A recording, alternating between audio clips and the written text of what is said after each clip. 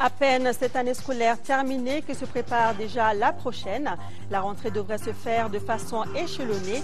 Un chronogramme a été élaboré à cet effet et soumis ce matin à l'appréciation des directeurs des académies d'enseignement.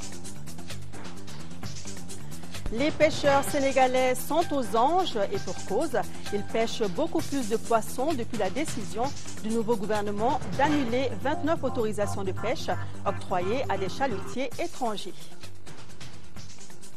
Football, nous revenons ce soir sur le succès inattendu de l'Union sportive de Bougouni, vainqueur de la Coupe du Mali. Une occasion de faire le bilan de cette 52e édition qui a surpris tous les observateurs de notre football. Madame, Monsieur, bonsoir. Merci d'être avec nous sur l'ORTM. Bienvenue à cette édition. Le ministre en charge de l'Éducation a rencontré ce matin les directeurs des académies d'enseignement au centre des échanges, les préparatifs de la rentrée scolaire 2012-2013. Un chronogramme provisoire sera soumis à l'appréciation de l'ensemble des partenaires de l'école avant d'être validé. La rencontre a été suivie par Mohamed Diarra qui nous en dit plus. Pour le gouvernement de transition, pas de temps à perdre. Il faut aller vite et même très vite. Voici le leitmotiv qui a retenti tout au long de cette rencontre entre le ministre Adama Wane et le directeur de l'Académie du Mali. Le menu principal proposé à cet effet est le chronogramme provisoire de la rentrée 2012-2013. J'ai souvent entendu des réponses, c'est la pratique. C'est un peu difficile, c'est un peu compliqué. J'accepte tous ces arguments-là. Mais je voudrais aussi poser comme... je ne dirais pas préalable, mais comme volonté ferme de changer cette pratique-là, qui consiste réellement à traîner les pas pour l'ouverture, pour des raisons qu'on se veut toujours objectives, mais bon, qui peuvent être réglées autrement et accélérer la rentrée. 2 heures de débat franc et d'échange à bâton rompu. Chaque directeur a exposé les problèmes spécifiques de sa localité. Ils sont presque identiques. La pléthore dans les classes, l'insuffisance d'enseignants et de mobilier. À ces problèmes s'ajoute l'occupation de certaines écoles par des déplacés des régions du Nord. C'est le cas notamment de Mopti et de Ségou où des sinistrés occupent également des écoles. Des problèmes réels et légitimes, reconnaît le ministre, mais qui ne doivent pas jouer sur le chronogramme provisoire. Si on devrait suivre votre logique, les écoles, on va les ouvrir après le 15 octobre, sinon même peut-être en novembre. S'il faut attendre la fin de la deuxième session, la correction, et cette logique-là n'est pas recevable. Donc nous devrons travailler à plusieurs niveaux, plusieurs vitesses. C'est un défi, nous sommes dans une situation de crise et nous ne pouvons pas travailler comme si nous étions dans une normalité. Le chronogramme provisoire fixe la rentrée au niveau des écoles fondamentales le 24 septembre prochain et le 1er octobre pour les secondaires. Le chronogramme sera soumis à l'appréciation de l'ensemble des acteurs de l'école avant adoption. Nous restons dans le monde scolaire, un peu plus de 49%. C'est le taux de réussite à l'examen du brevet de technicien BT cette année contre un peu plus de 19% pour le certificat d'aptitude professionnelle CAP. Ces résultats ont été proclamés en fin de semaine dernière et mettent fin à l'année scolaire 2011-2012.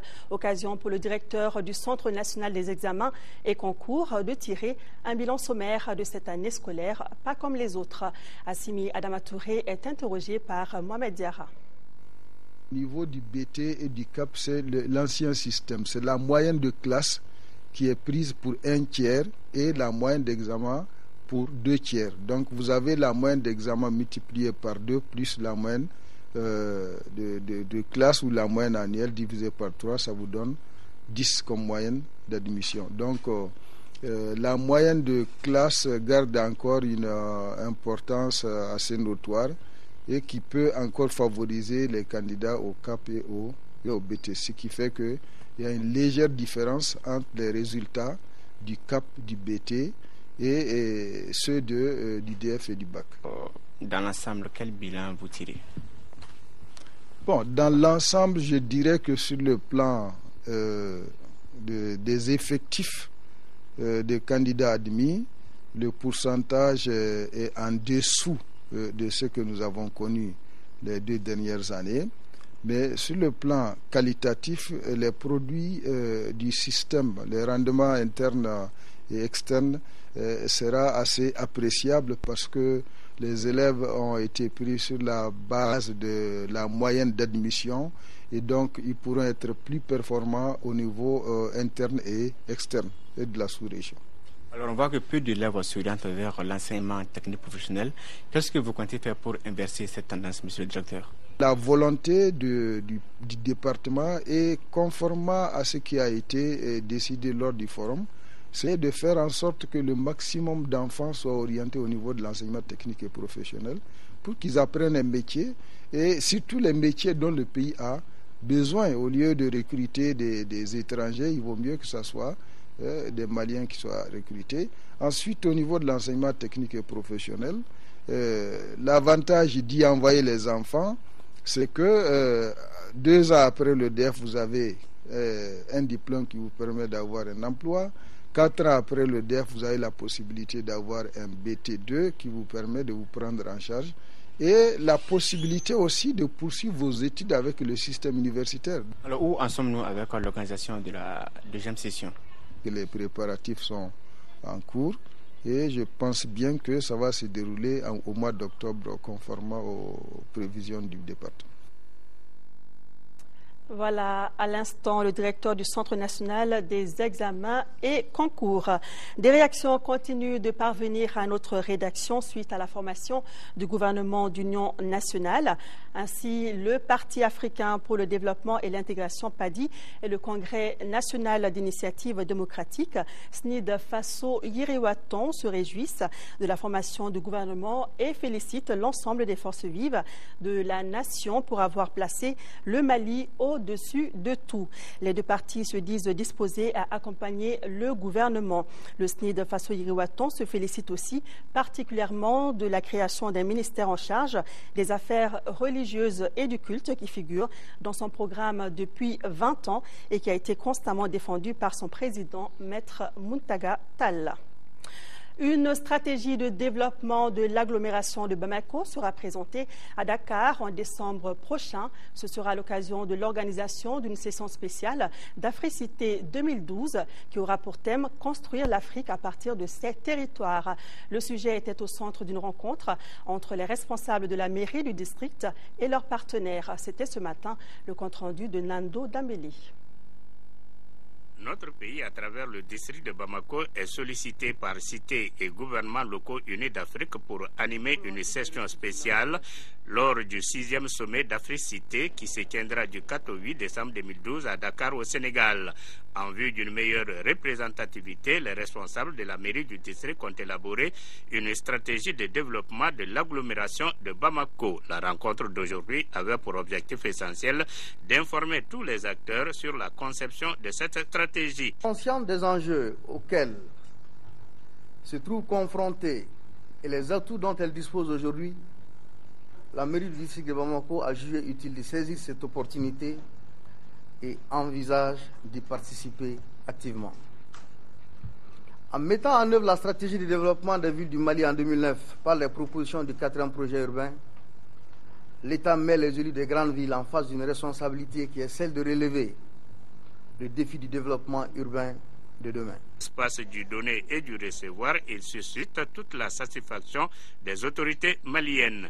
Je suis donc particulièrement satisfait de voir que les collectivités du Mali, à travers la mairie du district de Bamako, prennent l'initiative de préparer une contribution de qualité de notre pays à ces grands rendez-vous du développement.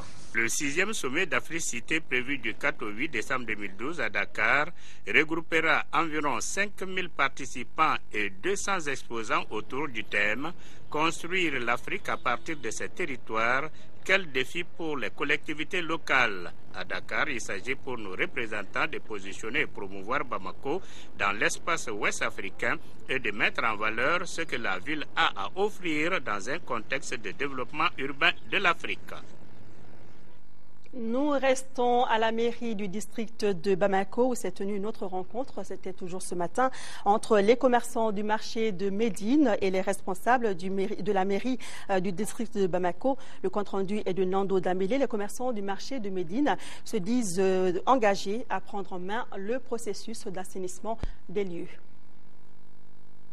L'insalubrité dans les marchés constitue un véritable casse-tête dans le district de Bamako. Le cas du marché de Médine est encore pire. C'est conscient de cette situation que les commerçants y opérant en collaboration avec les services techniques de la mairie et de la direction régionale de la voirie du district ont décidé de prendre le taureau par les cornes. La réunion de ce matin, c'était effectivement au sujet du marché de Médine. Comment désormais vraiment arriver à assainir ce marché. Nous avons eu des échanges et je crois que la rencontre a été très utile.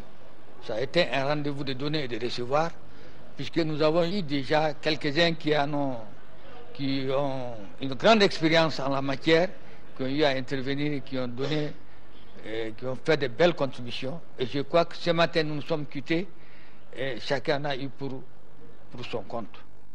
À l'issue de la rencontre, les commerçants ont décidé de dépasser toute considération pour faire de leur initiative une véritable réussite. Une session de formation d'une semaine vient de s'ouvrir pour doter les greffiers en chef et greffiers de la juridiction financière de compétences et d'expertise pour une meilleure distribution de la justice. Une session ouverte par le président de la Cour suprême du Mali. Les deux formateurs dépêchés par l'UEMOA à Bamako sont originaires du Bénin. Compte rendu de Moïse Traoré. Le fonctionnement de la Cour suprême, juridiction financière, repose essentiellement sur la production des comptes aux juges. Cette production des comptes, qui doit s'effectuer par l'intermédiaire du greffe de la juridiction, nécessite d'être aménagée. D'où l'importance du rôle du greffe dans l'architecture de la juridiction financière et la nécessité de remettre à jour ses connaissances pour un meilleur accomplissement de sa mission. La session d'une semaine a pour thème organisation et fonctionnement d'un greffe. Les enseignements sont dispensés par deux spécialistes béninois dépêchés par l'UEMOA. Au Mali, les greffiers ont besoin, en ce qui concerne la section des comptes, comment même recevoir les comptes. Parce qu'en recevant les comptes, il doit faire la mise en état. Il doit prendre les comptes en état d'examen. C'est-à-dire les comptes qui doivent parvenir à la session des comptes doivent être en état d'examen. Si les comptes ne sont pas en état d'examen, le greffier est en mesure de les faire retourner. Deuxièmement, le greffier, c'est lui qui doit couvrir les audiences de la section des comptes. C'est une audience comme les audiences ordinaires, mais à la particularité que tout est écrit chez nous. C'est qu'à saluer déjà de l'UEMOA et Mme Edith est au niveau de la Cour suprême du Bénin. Donc c'est des spécialistes en la matière. Donc on a préféré ça aussi. Mais il faut avoir un produit à côté. Bon, donc, les Béninois, on a le même système, on est dans de l'UEMOA, donc il n'y aura pas tellement de déphasage. Donc, ce qu'ils sont en train d'appliquer, c'est ce qu'ils vont nous apprendre. On a à peu près les mêmes textes, les textes de l'UEMOA. Donc, c'est ce qui fait qu'on a eu recours à l'UEMOA pour que nos greffiers aient une base, même que les autres pays de la sous-région. Une dizaine de greffiers en chef et de greffiers prennent part à la formation qui a le soutien financier de la cellule d'appui à la réforme des finances publiques, CARFIP. Actualité sur le continent avec tout d'abord les brèves. Première étape, la Côte d'Ivoire avec les arrestations de deux maillons forts du parti de Laurent Gbagbo. Le FPI de Laurent Gbagbo a été décapité. Laurent Hakoun, son secrétaire général et porte-parole, a été interpellé dimanche par les forces républicaines de Côte d'Ivoire. Le porte-parole de l'ancien président, Justin Koné-Katinan, en exil au Ghana, a lui aussi été arrêté ce week-end. Ces arrestations ont eu lieu quelques heures avant le retour du président Ouattara à Abidjan, alors que la situation sécuritaire dans le pays ne cesse de se dégrader.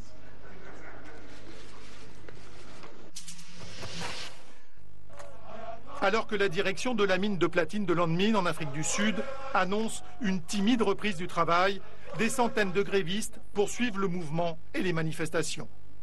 Le 16 août, 32 mineurs étaient tués par la police, provoquant une réprobation générale à travers le pays. Ce matin, quelques 250 grévistes arrêtés après la fusillade pour actes de violence et meurtre étaient acheminés sous haute surveillance au tribunal pour y être jugés. Devant le drapeau du Moudjahou, groupe islamiste armé qui occupe le Nord Mali, un otage algérien lit un texte. La vidéo, postée sur Internet, a été diffusée par Al Jazeera. Ce salarié du consulat algérien, enlevé avec 6 autres compatriotes à Gao en avril dernier, demande à son gouvernement de lui sauver la vie. Les ravisseurs, alliés d'Al-Qaïda, exigent la libération de 3 djihadistes arrêtés dans le sud algérien. Parlons de la pêche au Sénégal. L'annulation des autorisations aux chalutiers donne ses fruits et seulement 3 mois après la décision prise par le nouveau gouvernement d'annuler 29 autorisations de pêche octroyées à des chalutiers étrangers. L'espoir renaît donc chez les pêcheurs sénégalais qui pêchent déjà beaucoup plus de poissons. Moro Demba a toujours vécu ici, à Kafountine. Jour après jour, il a vu les prises des pêcheurs diminuer. Alors aujourd'hui, devant ces caisses débordantes de poissons, il ne cache pas sa satisfaction. Les pêcheurs de Kafountine commencent à sourire par rapport à les années précédentes. Nous avons eu des qualités de poissons qu'on n'en a jamais vues. Par exemple, on a eu beaucoup d'espadons à Kafountine, ce qui est rare. Il ne s'agit pas d'une pêche miraculeuse, mais bien d'un tournant dans la gestion de la pêche au Sénégal, un secteur majeur de l'économie du pays. La pêche fait travailler plus de 600 000 personnes. Le poisson reste l'une des principales sources de protéines de la population qui, elle aussi, constate un net changement. Avant, c'était très difficile d'avoir du poisson. Vous pouviez attendre pendant des heures. Maintenant, c'est beaucoup plus facile. Dès que vous arrivez, vous pouvez avoir ce que vous voulez. Ce n'est pas que les stocks de poissons se soient brusquement reconstitués, mais depuis le mois de mai, le gouvernement sénégalais a annulé les autorisations de pêche octroyées à 29 chalutiers pélagiques étrangers. Des licences qui, depuis des décennies, constituent une véritable manne pour les gouvernements ouest-africains, au détriment des pêcheurs locaux, victimes de la surpêche pratiquée par ces bateaux venus d'Europe ou d'Asie. En pleine campagne présidentielle, Macky Sall avait publiquement déclaré qu'une fois élu, il mettrait fin à la surexploitation des eaux sénégalaises. L'organisation Greenpeace, qui avait activement œuvré en ce sens, espère maintenant que la décision du Sénégal fera école. C'est une première étape, mais une bonne quand même. Mais les ressources sont migratoires. Les poissons ne connaissent pas les limites. Nous pensons que le gouvernement sénégalais devrait prendre le lead. Il est maintenant le meilleur élève. Ce mieux que ce que les Sénégal fait plutôt, soit suivi dans le pays de la sous-région pour que la gestion soit régionale. Limiter les navires industriels, favoriser une pêche locale plus responsable, le seul moyen pour les pêcheurs de Kafountine ou d'ailleurs de préserver les ressources marines et d'assurer la sécurité alimentaire des communautés côtières de l'Afrique de l'Ouest. Aux États-Unis, depuis hier dimanche, la Floride se prépare à affronter la tempête tropicale Isaac. Mais les républicains ne se laissent pas distraire par ces aléas climatiques et s'apprêtent à investir demain mardi leur candidat Mitt Romney qui sera face à Barack Obama lors de la prochaine présidentielle prévue en novembre. Un invité surprise a décidé de gâcher la fête des républicains en Floride. Alors que Mitt Romney devait être sacré dans la journée à Tampa, la tempête Isaac est venue chambouler la cérémonie. Toutefois, l'hôte indésirable n'a pas su entamer le moral des troupes républicaines. Nous sommes très confiants et persuadés que mardi, nous serons en pleine forme pour démarrer la convention. Les gens sont venus jusqu'ici pour désigner Mitt Romney et Paul Ryan et les porter au pouvoir contre Obama pour gagner en novembre. La convention des Républicains est un événement très attendu pour le parti, un temps fort de la campagne. L'événement doit améliorer l'image du candidat à la présidentielle, toujours derrière Barack Obama selon les sondages. Un vaste programme pour le parti qui essuie polémique sur polémique depuis son virage à droite. Le défi à présent est de trouver la façon de coordonner toutes ces délégations, les officiels, et de les nommer au milieu de tout ce chaos. Alors que les préparatifs de la convention touchent à leur fin, dans les rues, de nombreuses personnes sont venues manifester leur opposition au rassemblement. Nous sommes ici pour manifester contre l'intention de Romney de soutenir des mesures économiques en faveur des plus riches, d'être le candidat des 1% de privilégiés qui, pour nous, ne sont pas des créateurs d'emplois, mais plutôt des parasites. C'est sur l'économie, souci numéro 1 des Américains, que Mitt Romney, le millionnaire, va devoir convaincre ces prochains jours, si Isaac le veut bien.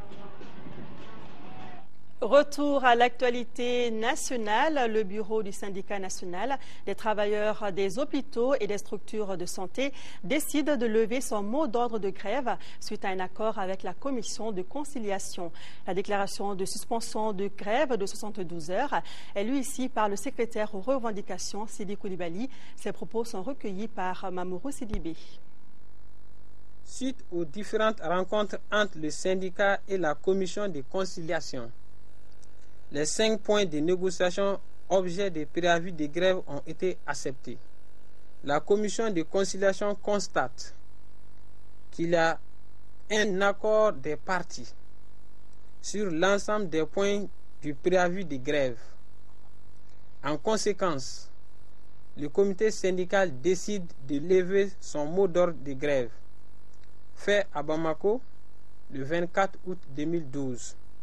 Ont signé pour la commission de conciliation le président, professeur Bokar Sall, le rapporteur de la commission de conciliation, Dr Cheikh René Sidibé, le ministère de la Santé, M. Abdoulaye Chaba Sangaré, pour le CHU du Point G, le directeur, Dr Charles Faux, le secrétaire général du comité du syndicat national des travailleurs des hôpitaux et structures de santé Sinatras du Point G, Mambi Keita. Actualité régionale, à Ségou, la jeunesse du quartier de Dar Salam se mobilise pour curer les caniveaux du quartier. Cette journée citoyenne a pour but d'éviter les inondations dans le quartier qui sont de plus en plus fréquentes dès qu'il pleut. De Ségou, la correspondance de Fousséni Samaki.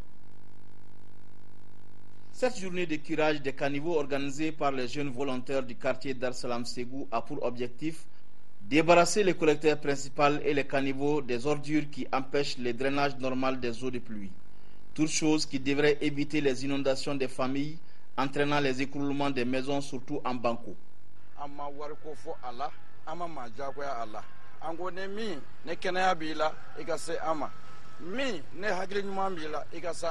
Nous avons mené cette action pour que les familles ne soient pas encore inondées. C'est des jeunes volontaires qui font ce travail. Nous avons juste besoin du matériel de travail et nous ferons le reste. Nous voulons épargner seulement notre quartier d'une inondation et nous sommes apolitiques.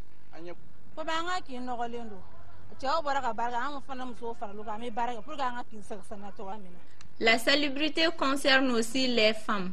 Nous accompagnons les hommes car si la famille est endommagée, la femme est la première à souffrir.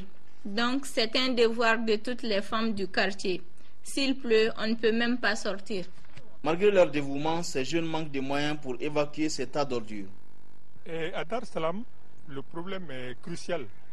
À la moindre précipitation, tout le quartier est inondé.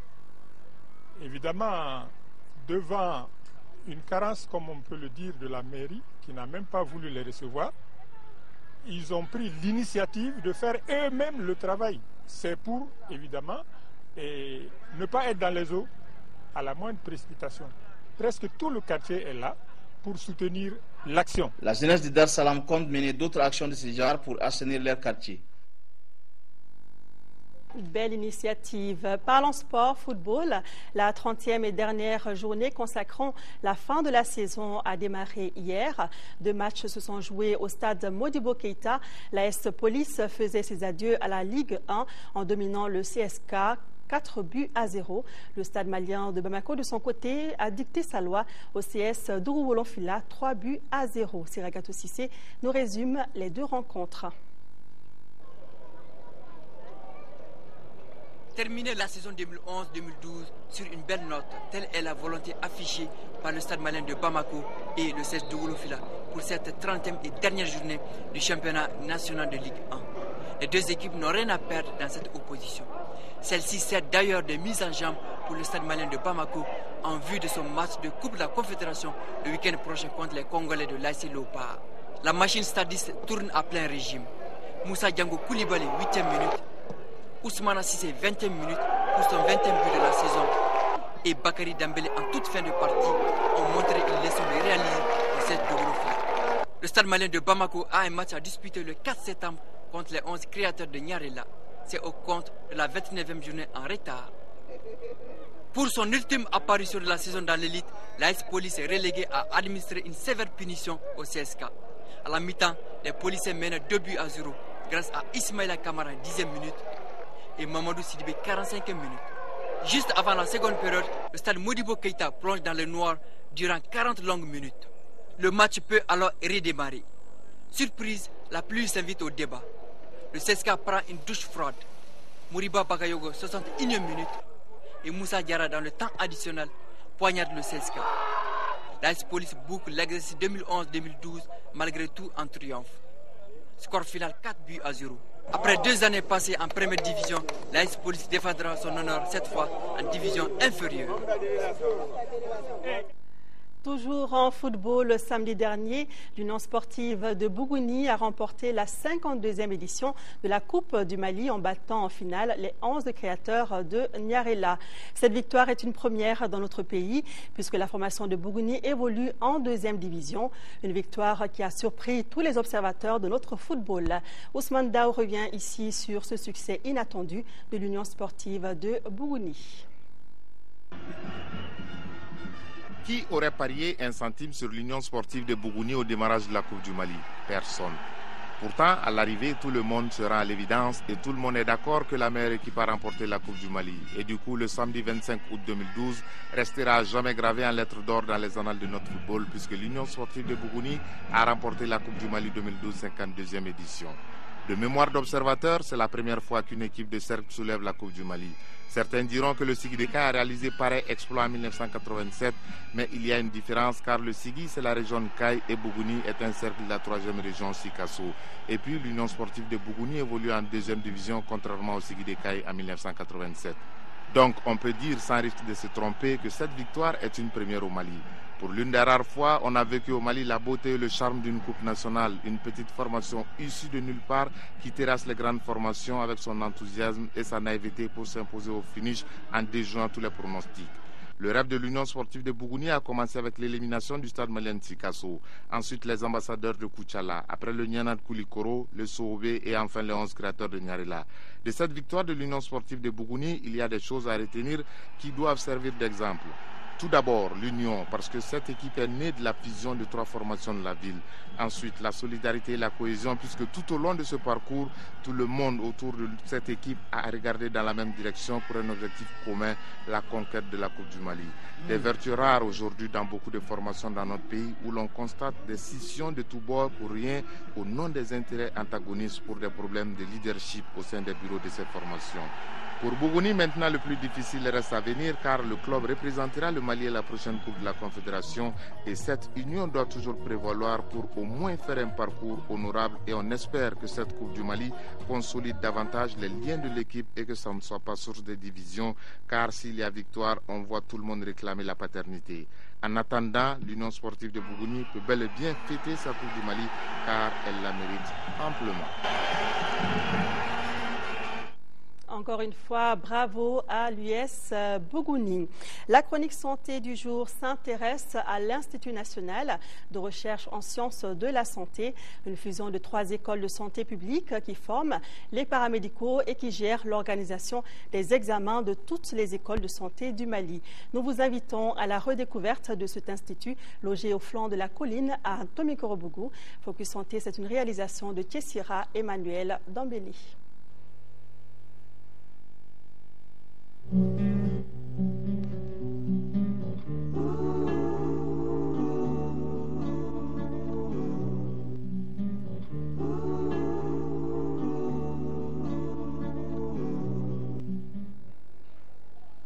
Avant 2004, on parlait d'école secondaire de la santé ESS. Aujourd'hui, c'est l'Institut national de formation en sciences de la santé INFSS. Les résultats de la fusion entre l'école des infirmiers du premier cycle du point G, l'école secondaire ESS et le centre de spécialisation des techniciens supérieurs de la santé. L'emplacement choisi est celui de l'ESS, tout un domaine derrière ce portail où 1332 élèves et étudiants apprennent les sciences de la santé. Les sciences de la santé regroupent pour nous ici toutes les sciences infirmières. Il y a des infirmiers diplômés d'État, il y a des sages-femmes, il y a des techniciens de laboratoire, il y a des hygiénistes d'assainissement, il y a des techniciens supérieurs dans un cycle qu'on appelle assistants médicaux, où on forme des spécialités médicales pour le bloc opératoire, pour l'anesthésie-réanimation, pour la santé publique, la gestion des services de santé, la pédagogie, etc. L'objectif premier de cet institut est d'assurer la formation initiale et continue des professionnels de la santé, de participer à la recherche et de donner son expertise dans les domaines de la formation et de la recherche. De 18 filières de formation aujourd'hui, l'INFSS compte passer à 15 dès la rentrée scolaire prochaine, 15 filières qui seront ouvertes aux bacheliers et aux professionnels. Nous formons des sages-femmes, des infirmiers d'État, des techniciens supérieurs hygiène assainissement, biologie médicale, odontostomato, ORL, ophtalmo. Au niveau du cycle des assistants médicaux, ce sont les techniciens supérieurs là qui vont travailler sur le terrain pendant 3 ans, qui peuvent rentrer ici soit par voie de concours, soit en privé. Et donc, ils rentrent pour faire 2 ans. Ils peuvent faire soit pédagogie des sciences de la santé, gestion des services de santé ou santé publique. Et on vient cette année aussi de faire remonter l'ophtalmo et l'ORL aussi au niveau des cycles des assistants médicaux. Dans le domaine de la formation en santé, la qualité est un élément très recherché. À l'INFSS, la formation comprend la théorie sur place, l'apprentissage des gestes sur place et la pratique dans les structures de santé. Donc nos étudiants ici ont des travaux pratiques, qu'ils soient en sciences infirmières, infirmiers, sages-femmes. Ils ont des techniques, n'est-ce pas, qui sont validées ici par leurs moniteurs avant d'aller sur le terrain. Ceux qui sont en laboratoire également, il y a un laboratoire avec des techniques qui se font également au niveau du laboratoire pour comprendre un peu comment on fait les prélèvements, comment on fait les étalements, comment on fait la lecture, etc. Donc cet apprentissage est fait aussi bien par nos enseignants permanents de l'Institut que par des enseignants vacataires qui viennent d'autres structures pour venir, n'est-ce pas, dispenser des cours au niveau de l'Institut. Nos étudiants ont obligatoirement des stages à faire dans les structures de santé, qu'il s'agisse des centres de santé de référence, dans les CESCOM, dans les hôpitaux universitaires, n'est-ce pas, nous avons des étudiants qui doivent valider un certain nombre d'heures de stage sur les lieux de stage. Les majors de ces différents services, les chefs d'unité, sont là pour les encadrer et nous avons nos départements d'ici avec les enseignants permanents d'ici également qui vont faire le relais pour faire le suivi de ces étudiants au niveau de ces différentes structures.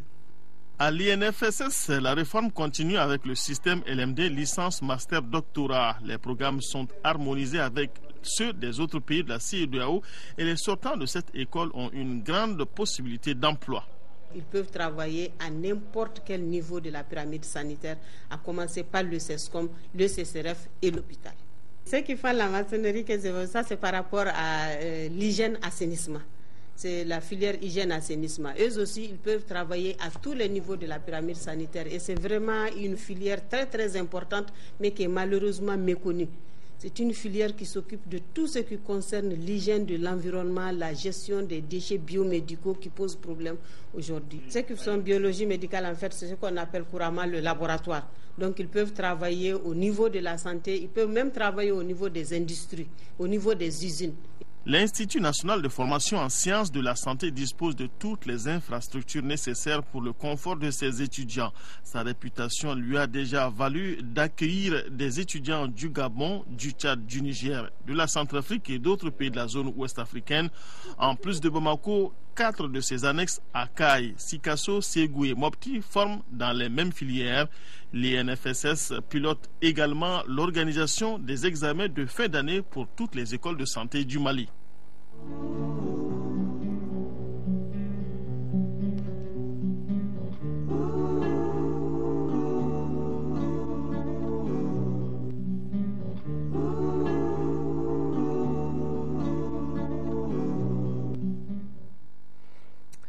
Et c'est tristement que nous allons refermer ce journal. Le fonctionnaire international à la retraite Mamadou Bagayoko n'est plus. Il a été accompagné ce lundi à sa dernière demeure. De nombreux parents, amis et collaborateurs étaient présents pour lui rendre un dernier hommage. Il repose désormais au cimetière d'Amdalaï. Timuro Konaté. Enseignant de formation et administrateur civil à la retraite, Dr Mamadou Bagayoko s'en est allé le samedi soir dernier à la suite d'une courte maladie. On se prépare tous et on s'attend à la mort. Mais que ça arrive de cette façon-là, comme 20 ans, ça peut perturber. Et généralement, je crois avoir constaté que pour la plupart d'entre nous qui l'avons vu la veille, l'avant-veille, bien portant, et égal à lui-même, dire qu'il a disparu comme ça, quelque part, ça donne à réfléchir. Né en 1950 à Bamako, Dr Mamadou Bagayoko a effectué de brillantes études au Mali, puis aux États-Unis. Titulaire de nombreux diplômes, dont le doctorat d'État américain en planification, administration et fonction des politiques éducatives, l'homme a occupé plusieurs postes de responsabilité. Directeur de l'Office national de la main-d'œuvre, l'actuel ANPE, et directeur exécutif de l'éducation à l'UNICEF, Dr Bagayoko a respectivement servi à N'Djamena au Tchad, à Nairobi au Kenya et à Ouagadougou au pays des hommes intègres où il fut admis à la retraite avant son retour au Berkaya. Ses efforts dans le domaine de l'éducation lui ont valu la médaille de chevalier de l'Ordre national du Burkina Faso. Outre ses activités professionnelles, l'illustre disparu est président fondateur de nombreux mouvements, parmi lesquels l'association Global Mali 2025, une association œuvrant pour le bien-être de la population. Ses parents, amis et collaborateurs retiennent de lui plusieurs qualités. Je suis le directeur du centre d'orientation professionnelle de coupe et de couture. Alors, Bagayoko a pris en charge 100 jeunes filles déshéritées dans mon établissement pendant 3 ans. Mamadou Bagayoko est un ami d'enfance. Depuis qu'il était au lycée, nous avons évolué ensemble. Et ensuite, moi, je suis parti aux Nations Unies, à l'UNICEF, il nous a rejoints là-bas. Et depuis, nous avons continué. Une très grande perte pour sa famille d'abord, pour ses amis et même pour le Mali. Mes relations avec Bagayoko ont toujours été très fraternelles parce que je l'ai toujours considéré comme un grand frère et ça m'a fait plaisir il y a quelques semaines de cela qu'il soit même venu au bureau pour qu'on échange un peu. Je retiens de l'homme vraiment un homme humble, très sérieux, très discret. Il a été tout pour moi. Arraché à l'affection de tous, Dr Mamadou Bagayoko repose désormais au cimetière d'Amdalaï, laissant derrière lui une veuve et 2 filles inconsolables. Que la terre lui soit légère. Ainsi se referme ce journal. Merci de votre attention. Tout à l'heure, le JT d'information avec Amadou Sankaré. Demain, 10h, Amara Malé Diallo, 13h, Nyanya Loutraoré. Merci à vous de rester de cœur et d'action avec nos compatriotes des régions du Nord vivant sous occupation. Merci et à demain.